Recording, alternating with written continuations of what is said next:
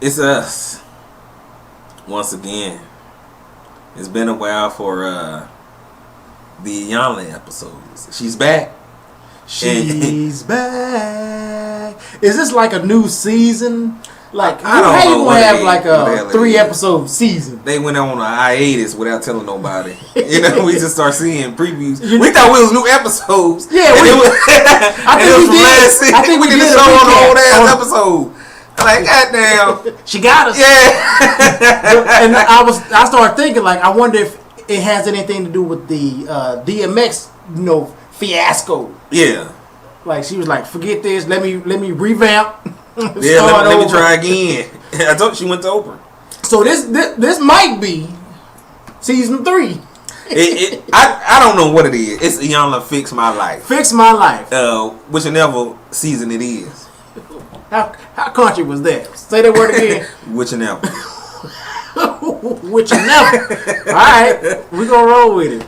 And so, today's episode, or the episode that we saw, it wasn't today, was on Sister Selena Johnson. Bless her heart. I just Yes, have to indeed. say, I did not Yes, realize Selena Johnson was as beautiful as she is. What he really want to say? How thick her ass is? Well, we got older people watching, and They know what thickness is. Thicker than a goddamn snicker. It was beautiful. I mean, I loved it. like she is sexy to me. I didn't know that. I try I to don't tell watch this like brother. what's that? R&B R&B divas. divas. So She is an R&B artist. I know I've that. seen videos I've heard of- her music, but I haven't like seen her. Seen her? No. Man, let me tell you, brother. Is she married? Like, what's her? It didn't seem like that. No. All right, she got a kid though. I think she got kids. Oh, multiple. She I only showed think- that only showed like one little think- boy or something. It seemed like I guess so. I thought it was like 2. No, We don't know. she might have said kid or son or I don't know. I wasn't paying that Much much attention. Right you on. know, I was skipping over. Back to it, y'all. But back to Iyanla. It's Selena Johnson and her family. Fix My Life. Selena called her and said, I want a better relationship with my mother, and try to fix some things with my father. Just clever, yeah. Get everything right. Because it definitely was not right. No, it wasn't.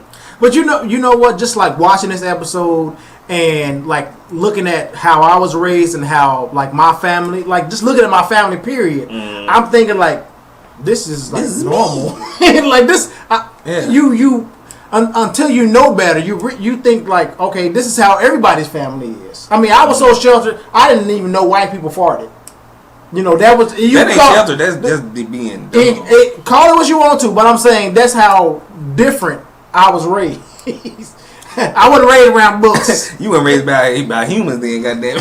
They didn't tell you white folks was humans. No, They did regular shit. They was different. No, and nobody told me that's different. crazy. I had to find out on my own, But and that was a shock. that's something you shouldn't find out on your own, Mike B. We was in the bathroom and somebody farted, and it wasn't me, and it was only me and this my white friend Travis. You had a breakthrough in the restroom. Ain't that a bitch? Back to Yeah. And we're back.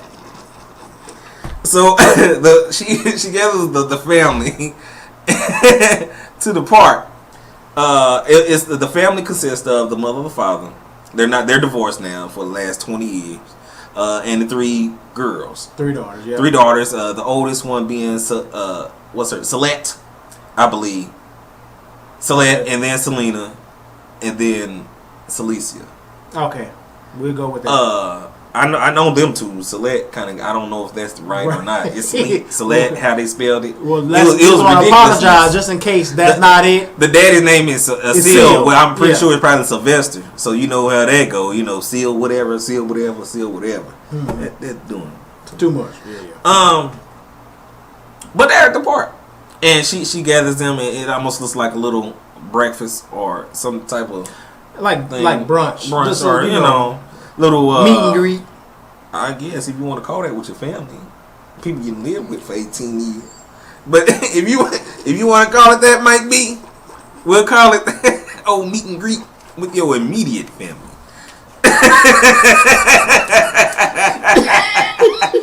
He does.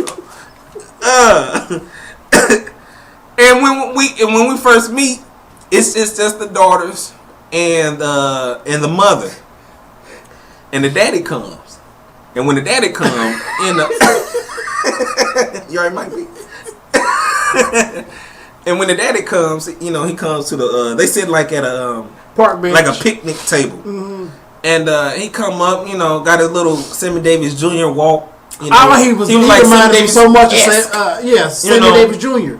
And when he come in, and all of a sudden, I'm like, what is this? First, I thought he was doing some old demon speak. And then I came in, I'm like, okay, no, he's probably speaking in tongues. And then I didn't hear that at church, whatever he was saying. And so I said, he must be Muslim. He must be doing some type of El Hajj type stuff. And he said it was some type of prayer. He said, that's my prayer. I'm like, I hope it is. But it seemed like it was a lot of rejection coming from the table. Yeah, that sound like no prayer. That sound like a they weren't trying to hear. What you call that? A hex? Or when you when you come in, it was just sounding different. It was different. It wasn't what you used to. It wasn't. All right. And so the dad come in. So now the whole family there, and you can already tell there was a little tension in the air, cause I guess the dad is somewhat estranged from the family. And you know what? It was weird. Like everybody, like they really don't get along, and they really don't talk to you, Dad. And then our first coming back to Jesus moment, you come out with that prayer that just seems like just scares everybody. Hell yeah. It's like, see, that's why we don't invite you to Saturday. But shit, just like that, you haven't even made it to us yet. Like you already started. So then it was like, he just embarrasses me. She's like, what makes him embarrassing? Cause he embarrassing. I believe that. My dad, I would walk up and leave. My life don't need fixes. Not today. Not today. We try again tomorrow. He coming in already. You done messed up the churches. I mean, because when he came up, just walking, and all of a sudden, I don't know what he was saying. He said some prayer, and so she was talking with the family, and they really wasn't nothing said. As far as her getting everything ready, but she do like how she do everybody. Yeah. Are you ready to work? Are you ready to put in, the time? Yeah, I'm not gonna like me after this, or sometimes or whatever. I'm laughing now. You don't have to talk, but you ain't. Oh yeah, she back. I'm back. You done brought it back. I done brought it's in there. And so she separated Selena from the family. Crypt keeper. That's how she like it. All right. And so she separated her from the family. And I guess she gave what did they talk about? Well, that's when Selena was telling her about her relationship with her mama. Her mama lives with her because she had a relapse. I guess she has an issue with alcoholism, and she had a relapse. So she's living with Selena. Her mama disrespects her. Her mama cusses at her, and then she started going back into when she was growing up. Yes, how her mama used to call them out their name, and how she would disappear or hide. Who hides? At 36. No. I thought you said. I'm like, I missed that part. I didn't know her hands and stuff. She was saying when she was younger, she used to hide from her mama. And she would hear her mama calling her, but she would hide underneath clothes or whatever because she didn't want to. Right, I understand, but this is what she remembers because this was traumatic to her. Yes. So I mean, I understood it. Oh, but that's what I'm saying. That's what she had a problem with. No. I thought you said who hides. That's how you started. That's what I said at 36. No, you said 36. I know, that's what I'm saying. I said at 36 because how you said it. Now, who hides? I thought, okay, yeah, her grown ass Who hides? Hiding in some laundry Yeah. in your house. Oh, hell. Oh man. But like what I just mentioned, like the mama, she had a relapse, so she's staying with Selena right now, and it has to be. You have to feel some kind of way as a parent, as an adult, where you have to go in and move in with your child. It's almost like you now you're helpless. You can't do anything. So to me, that explained a little bit of why the mama had her aggression. attitude. It seemed like it was a humbling experience that she didn't want to experience. Right. Who would? Nobody. Right? You know. But hey, she fell off the wagon and I guess Selena invited her in. You know, I gotta watch you now. You know, because you need to be in a better environment, a sober environment. I guess maybe the kids will help you out. I don't know. But you know, she basically told her, you know, what the way you respond to your mother is like when you were 4 years old. You know, you responded like a 4-year-old, or you lash out, or you know, I don't know. I really don't know. But that's pretty much what they got to. You know, what was your problem with your mama, or what was going on in your house when you were small? And then she got through with Selena at that initial point, and then she tried to talk with Sylvester, the dad, and I wrote down tried, because this guy, I don't know, you know, he kept on like somewhat talking over. He wasn't like just being disrespectful, but it was to the point where it could have got to that point. She stopped it, and she's like, you know, hold up. It would have been easy for the situation to get turn out of hand. ugly. Yeah, because he's from he old school, and he's like I felt like I can't say for sure, but I felt like he was the type where, you know, when I'm speaking, you be quiet, you listen. You're a woman. I'm in control, and he didn't care about anything that she was saying. That was like 89-95% of the issue. She was just basically trying to give him like an overview of what could be part of everybody's issue. He's like, you know, they need to get over it. You know, everybody gets hurt. Who cares? Next. You know? Yes! He's dismissing everything she's saying with this attitude. He stamped her statement and kept it moving. This is seal. And so she put up her church finger and she dismissed herself. Which was, I mean, I respected her for that. Yeah. Because she wasn't gonna get nowhere with him, and he was ready. He was prepared. Like, I've been practicing. I've been this way for years. Yeah, I ain't gonna change. Exactly. And that's what he told her. You know, I ain't gonna change that. What? Yeah, no. And he didn't have any reason. And like you said, she walked away, and then she spoke with the oldest daughter, Celeste. Yes, we're gonna say that's the oldest daughter. The oldest daughter. Y'all know who. And her problem was merely daddy issues. Seemed like her thing was she got pregnant when she was 17, and you know, and then daddy just stopped. You know, really had nothing to do with her. She said he called her like a whore or something like that. Yeah, that was like one of the last things, you know, he really said to him when she got, and she was like, I really haven't spoken to him since I was 17. But I think she was saying like he hadn't spoken, like she was willing. I mean, she was there, but he ain't spoken to her. He wasn't, you know, he was done. It was a 50-0 relationship. And like,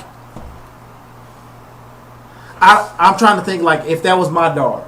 She's underage, you know, 17. Well, back then maybe it was. I don't even know how old she is now. She said, but you know, 17 seems a bit young. She's 42. She's okay. So I probably would have felt some kind of way about my 17-year-old daughter. I don't think I would have stopped talking to her, but we would have. It would have been hard for me to just because you know, Uncle Mike. You know, I'm known to hold grudges, so. I might have been sealed. I can see that. I might have been. Not saying this right, but I would have been so hurt and so disappointed at my daughter, who I had like. Well, I don't know if he had faith in her or whatever. Maybe when she got pregnant, how they said no money. It was just he wasn't around. I'm pretty sure he probably provided as far as money, right? But as far as emotional support, he wasn't there. But then, I mean, look at the time. You know, I I don't even think not even looking at time. That's just real. But I don't think we think about emotional support. You know what I'm saying? I mean, that's what it was.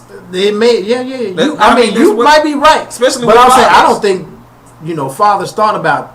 That's why I feel like now fathers are starting to realize how important it is to be in of course, their kids' of course. lives. Back then, it was more of the norm to have like a stern father, or just didn't, and you can discipline from a distance. Yes, or you just didn't show that emotional side. Don't cry. Provide for your family, and I believe that's how he was, because that attitude transcended the wife and then all the kids. Yeah, like you can't anything you do showing emotion was like a sign of weakness. And we ain't about that weak. They ain't about that weak life. We ain't about that weak life. and I guess that's how he treated her, and she felt that the whole. She tried to tell Yana that she's forgiven him. Like you. No. Yeah, you haven't forgiven them because y'all haven't even. How you go? Y'all ain't even talking. So how you go? Maybe she's just within herself. You said the words. That was it. That's it. Because and then you see she was getting emotional. It was like bubbling, like her emotions. Like she was ready to cry. You better conjure up. Yeah, conjuring up that old cry. And I guess the exercise she had her do. She went to her daddy. They still out in the park, and the daddy is standing by himself. And she said, "I'm gonna have your back." And she got back to back with her, the daughter facing the father, and tell her, basically, you telling me I'm a whore and all that, and not speaking to me, it hurt me, basically, and left. Basically said, you have control of the situation. His response shouldn't have no bearing on how you feel. You're doing it for you. Yeah. And so, that's how that pretty much went. And she kind of got quick with her. She did a nice little drive-by therapy on her. Okay, we're done. All right, moving on. We got bigger fish to fry. That's how it seemed like. They didn't even worry about the youngest daughter. They even I don't know if she had age. Maybe she didn't say not one damn thing that whole episode. I don't remember her talking. She shook her head, when in the kitchen one time. Oh, that's what you got from her. That's all. That's it. She shook her head in the kitchen one time. She may have had a chicken wing or something. I don't know at the park bench. But hell, they didn't give us nothing. What's her name? Celicia. Mm-hmm. They didn't give us nothing with her. It was pretty much the other four, or damn near the other three, because she got her older sister out of the way quick too. And then it went back to the mother, Deborah. Is it Deborah? Brenda. You know what? Brenda. Was that her name? I wrote it down. All right. I have Brenda all through it. Okay. I'm like, I didn't not one time even listen to the mama name. When she was grabbing her face and everything. I'm saying like I didn't even. Brenda, when you talk to your daughters, that's how she kept on saying it like that. Brenda. No. All right. And what you think about her and talking with Brenda? Well, I don't know. I didn't hear the Brenda talk, but she kind of got to the issue with Brenda, which I almost can understand. I think she was they said she was like a chief of something back in her day. But they were showing her like in a firewoman. Yeah, she was like she was a social worker. Yeah, she was somebody back in the day, and so her issue was that she felt she was bullied, and so people would call her like light. This is like yellow or something. Oh yeah, yellow and so bright light. She found her like what she would do is cuss at everybody. She I know how to cuss. And some people can cuss with the best of them, and they make you feel bad about whatever. I just said hi, and they cuss you out, and you crying. Forget you. And that was Miss Brenda, as you call her. And so then she goes on to say, as they continue to talk, how she has never felt loved. She had a problem of being loved, really. Which, if you've never felt love, how can you express it? And then she felt like her relationship with her daughters, everything was all honky dory and it was cool. Yeah, sleepovers and everything else. But your daughter is hiding in a pile of clothes in the closet, in the closet, and everything is great. But remember, then she said like she felt like Selena was a drama queen, and she's like, you expect Yana said you expect me to acknowledge your issues and how you hide behind your issues, you alcohol and nicotine. I guess she smoked cigarettes because we didn't know that until she mentioned that old nicotine demon. But you don't want to acknowledge the fact that maybe your daughter was expressing herself the same way by hiding from your shit. Yeah. I mean, you doing the same thing.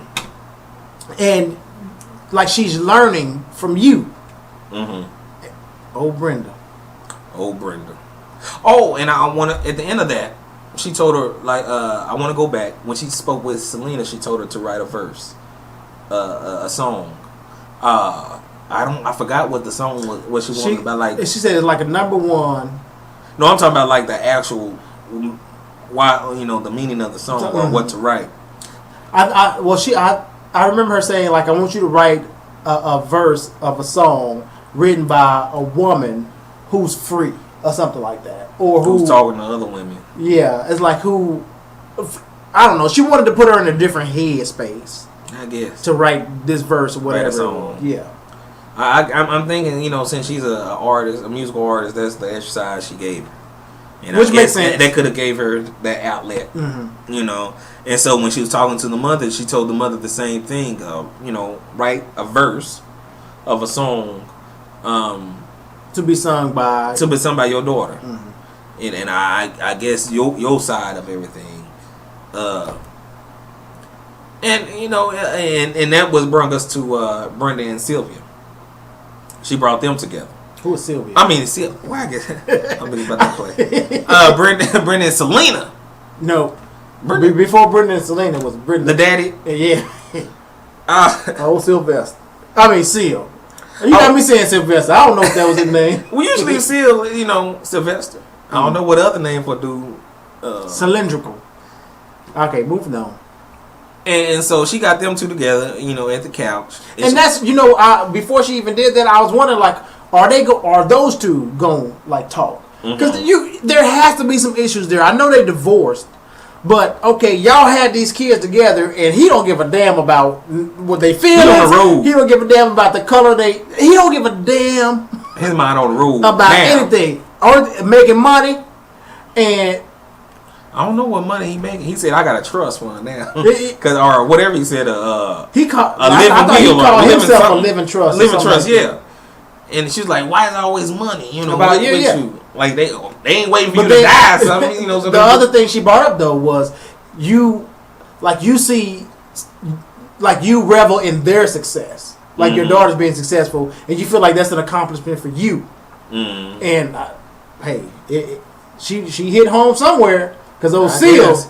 She was talking to Brenda, and all of a sudden, the camera went to him, and that dude went to mud.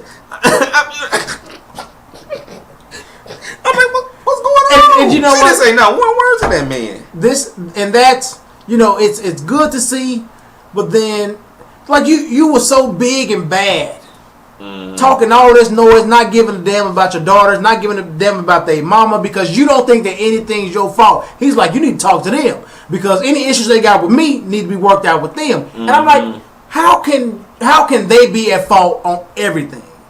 And then she was like, we understand, like, back in your day, it was about men being controlling, men, like, and he was like, one of the moments where all you can do is listen. But he was still all right, though. He was still all right. She started focusing on Brenda. And I felt like she was explaining to Brenda why he's acting the way he is, and it was hitting so close to home that it was sealed. Them tears that they crept out from beneath them glasses. And then he just had to get that old Harlem Shake. But he came back though. He came back. He said, "Hey, I'm strong. I ain't mad. I'm happy. I'm a winner. I said, what the hell that got to do with anything? You crying and just you was just melting a second ago, and now you're a winner. No, basically what it did was I ain't no punk. Yeah, pretty much. Come on now, I'm a winner. Just. Ain't nothing wrong with a man crying. I say it's something wrong with a man crying on TV, but I feel like you needed to cry a long time ago. But this dude on TV, Not in real life. Oh, well, that, I ain't that gonna don't cry count. on camera. That don't count. What? In real life? Yeah. That was real life for him. That was TV. No, I get You it. need to cry. That's when you cry in the car. When you. When you close the door. Yeah. just start bawling. I can believe it. You know, let it out. And then she brings Selena and Brenda together. Yeah. And then you know that's where the little climax is. She basically has Selena tell her, you know, basically get her feelings out, and tell her, you know, I hate the relationship that we're in. I hate that I'm like you. Basically, You know, I don't want to be a bully. I don't want to lash out. You know, the things I know is because you put them on that energy onto us, and so I don't want to feel like this. I love you. You know, I want a mother and daughter relationship. Basically, you know, I don't want to yell. And she's basically tired of being tired. Sick and tired. What was so powerful to me about that little scene was the mother didn't. She's like she don't know what it feels like to be loved. So she didn't know her daughters loved her. That's what when she started. She was like, at first she was all like what this bitch gonna say? Like one more thing. Then once she started talking, and she's like, so my daughter, who I thought we got beef. How you have beef with your kids? She's like, she actually loved me, and that's the one thing I felt like nobody ever did. Love me. Yeah. And so you trying to be all hardcore and holding up this rough exterior. What she said? Because no sign you can't show no sign of weak. That's what she said. She's like crying is weak, and she went and through all even when this she cried, it's like she didn't want to cry because she didn't want people to feel like she was weak. Her body was doing what it was supposed to, but she didn't want it to do. You know, it was crying, but she didn't want to. I felt like that was a man. That's what we do. Yeah. You don't want to cry because you don't want people to think you weak. Not from a mama. But I think the mama held and for some women, when they hold that man role in the household, it plus it goes down to her job role. Mm-hmm. I'm pretty sure she had plenty of people under her, and she's a chief or whatever. And she stepped into that role. She's one of the guys. Mm-hmm. She cusses, so I'm pretty sure she cuss like a Sailor Randall. Have a beard too. She's a drinker. So I mean, just by what they giving us, I'm thinking she's one of them people. Mm-hmm. Smoke cigarettes. I know a couple of my dad's friends. They just they one of the guys type. They'll drink you under. They somewhat rough around the edges. They don't and no lesbian nothing. Yeah. That's just how they are. Either they didn't have a father and had to go into that role when they got older. Having been a father figure for her daughters and whatnot, or having a father that was just hard. And learning from that. You don't know. It can steal from anywhere. I'm just grabbing. But you're making sense, JT. I grab on limbs. I don't grab in the air. I grab on to something. It just ain't the air. I'm making some sense. I don't know where it is, but it's something. I'm proud. When I stop swinging, I'm like, where the hell I am? But I'm still alive. I'm hanging on. You still holding on right now. right on. But then she got to the songs. Yeah. Once they got all the love and I think the mother finally realized where the hurt was for Selena. And how she brought those feelings on to her daughters. Like you dropped the ball. Mm. And so I think she's finally realizing that. So they gave her her song. She had some nice little lyrics on her song, and then had a nice little at the end, little funny moment. Mm-hmm. And then Selena came, old sultry voice, and sung. I don't know the lines. It was something personal. Yeah, but I mean, but listening to it, you felt where she was coming from, and so she's just a beautiful person, and I'm not gonna say you don't want beautiful people to hurt, because everybody hurts, but I don't know, she deserves better. You saw that booty, that's why she did that. Talking about she a beautiful person. Time to wrap it up. Whatever it might be. And I guess they give us the little updates. They say they don't yell and in the house like they used to. Yep, the daughters are building a relationship amongst each other. They've had a better relationship since then. Yep, and I believe some of them are mending relationships with their father. Oh, okay. I believe that's what they said.